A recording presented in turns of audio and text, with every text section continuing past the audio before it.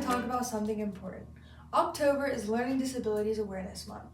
This is a time when we focus on raising awareness about learning disabilities and celebrating the strengths and talents of people who learn differently. Learning Disabilities Awareness Month was first established to help people better understand what learning disabilities are and to help people see that many different people have them. Learning disabilities affect how a person receives, processes, or responds to information. They're more common than people may think. People with learning disabilities are just as smart and capable as anyone else. They just learn in different ways.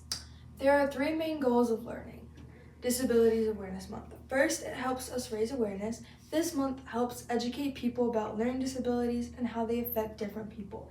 It's about understanding what learning disabilities are and breaking down stereotypes. Second, it helps promote acceptance. This month reminds us that people with learning disabilities bring unique strengths and perspectives to our community.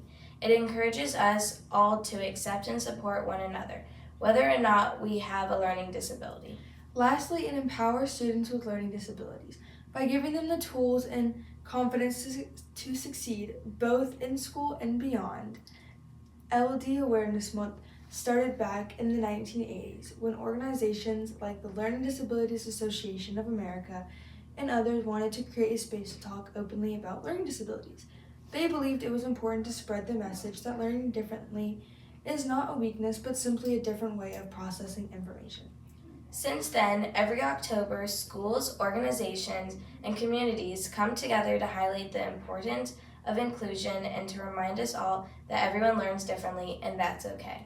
Throughout this month, you will learn more about some of the members of our school community who have learning differences.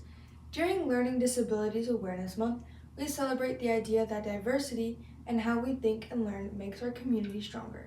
This is a great opportunity for all of us to reflect on how we can support and accept one another. Let's make this month a time to learn more, accept more, and empower each other.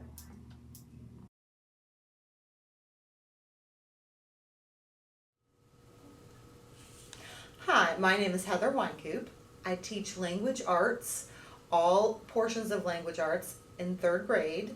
And in regards to how did I discover I had a learning style difference, it kind of goes back to the early 1980s when school was hard. Kindergarten was really hard in the 70s.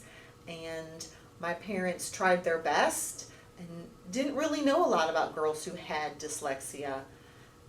And I had a wonderful first grade teacher, Mrs. Gick, who helped and encouraged me, and they did the best that they could, but I don't think I ever truly got help until I was in high school.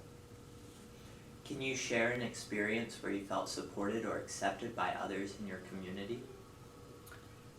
I think in school, at the time I didn't notice the difference. As I got older, I noticed the difference when my friends were in the more advanced reading classes and the more advanced math classes, because we were tracked for ability. And in a big public school, that was really kind of like divided the kids of the who could and the who couldn't. And my parents were both teachers, and so they did a lot to help support me and kind of fill in those gaps from getting tutors to getting special help in school. And they spent a lot of time helping me with spell check because spelling was my number one problem. And they didn't have spell check back then. So I had a little tiny, what used to look like a calculator, and you would type it into it. And so kind of like spell check now, but it was by itself, and then I would go through it and help to find words. My friends didn't seem to pay attention to the fact that I learned differently, probably because they didn't notice, just because I tried to mask it all from everyone. What advice would you give to someone who's working to accept themselves if they have a learning disability? Be okay with being different, because I have other strengths. Like, I really got to shine when I went to college because I could tell everyone what I knew. So that for unnecessary talking that I used to get in elementary school and middle school finally came to be a plus for me, because I got to talk all day long when I was a teacher and going to school to be a teacher. So eventually I used my strengths to then become the profession that I have today.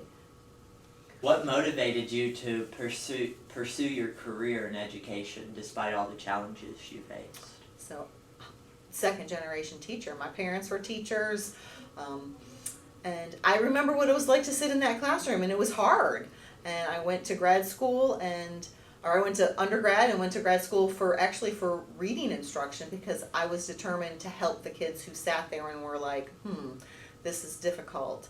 I learned a lot through the artist and author Patricia Polacco and learning her story behind learning she was dyslexic, and connecting with other people who kind of were in the same situation I was, but my connections were all through authors and artists who had learning style differences. I didn't have a wonderful community like Fletcher to connect with people for. What strategies do you use to overcome your challenges related to your learning disability? So my number one is audiobooks. I love audiobooks.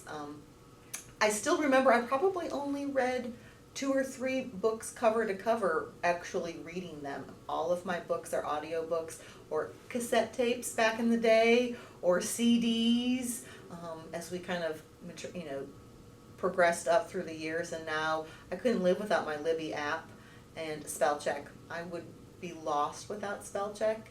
I might be even known to still pop into my cell phone while the kids and I are working and say, how do you spell whatever?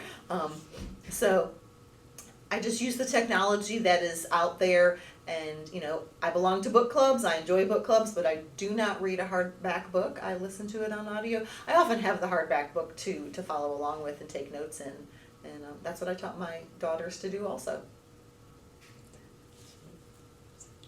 Thank you. You're welcome.